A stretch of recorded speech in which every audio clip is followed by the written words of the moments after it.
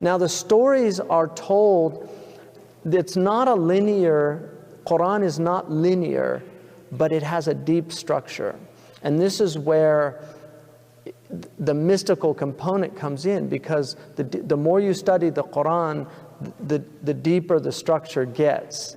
And so when you see how the stories are spread out, they're spread out for a reason.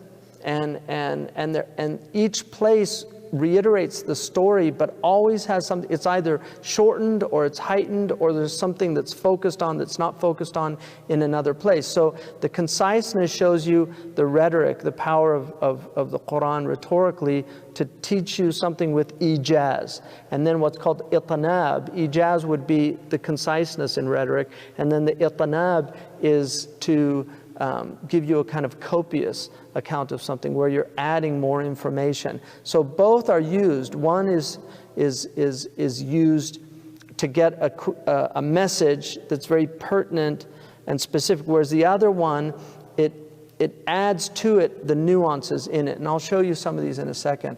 So, and then a story told in one place may have a detail not found in another place, so that in each of them there's a particular benefit. The stories are told for particular aims, so they are repeated in accordance with the numerous aims. So when we look at this, here I want to look at some of the recurring stories and why they recur. The stories are told for particular aims, so they're repeated in accordance with the numerous aims. So affirming the prophethood of previous prophets by telling of the miracles that took place at their hands. So we know Moses had a staff.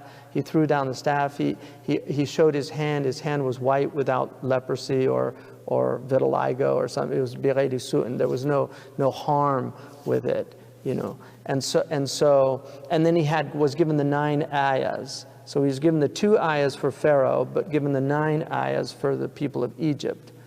And they're both mentioned, the 2 ayahs and the 9 ayahs, in different, because that's an example of where one is to Pharaoh and the other is to the whole people of Egypt. And then stating the various ways in which those who rejected the prophets were destroyed. So some of them, right, هَذَا عَرِضٌ, you know, they saw the rain, they said, هَذَا عَرِضٌ مُمْطِرُنَا, oh, a nice rain, and then the rain wipes them out. You know, it was a storm that killed them. رِيح, drowning, plagues, you know, all these different ways that people are destroyed. So these are warnings. This is the wa'id, the component. And then affirming the unity of God, right?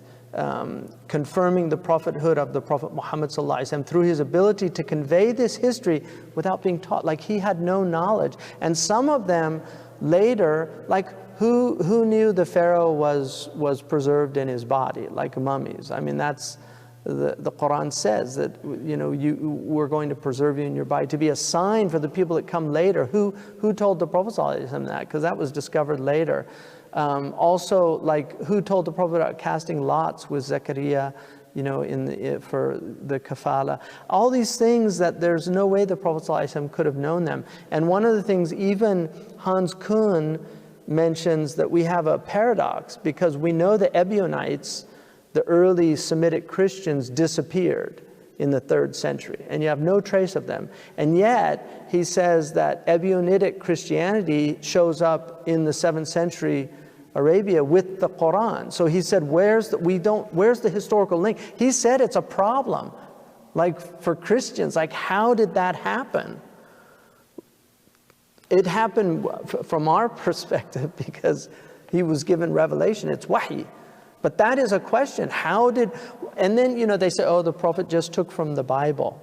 Why does he edit so much, and why is he so consistent in his editing? Because he didn't take everything from the Bible. I mean, there's whole things that are edited out.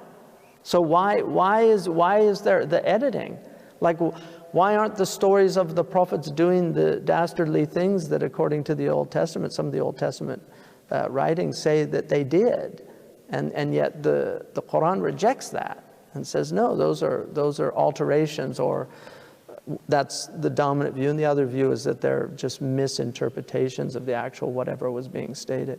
So, and then the considering the power of God and the severity of his punishment for those who reject his message, very important, one of the messages of the Quran.